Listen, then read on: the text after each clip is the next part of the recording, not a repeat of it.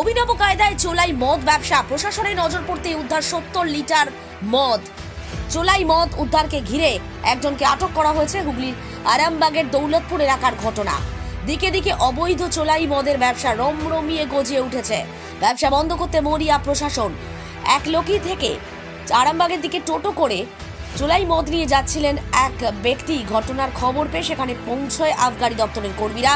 টোটো আটক করা হয়। ভেতর থেকে 70 লিটার চোলাই মদ উদ্ধার করা হয়েছে। টোটো চালককে আটক করা হয়েছে বলে খবর। দেখতে থাকুন নিউজ বাংলাদেশা। ভাই কোথা থেকে নিয়ে যাচ্ছিলেন ভাই? থেকে হ্যাঁ, একলুকি থেকে জোরে বলুন। একলুকি থেকে কোথায় নিয়ে যাচ্ছিলেন? নৈশারা এনেছিলাম। নৈসারাই। কি নাম আপনার? এখানে আপাতত আমরা এনার নাম হচ্ছে কৃষ্ণেন্দু বাগ।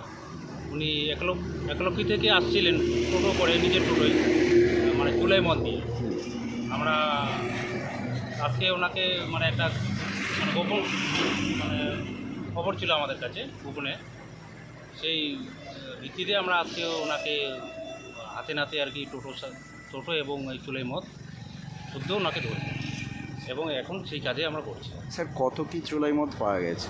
70 লিটার মতো চোলাই মদ পাওয়া গেছে এবং সাথে টোটো এবং আসামি যে টোটোর মালিক উনি নিজেই রয়েছেন, নিজে চালিয়ে আসছিলেন। ওনাকে হাতে নাতে আমরা ধরতে পেরেছি। স্যার আপনার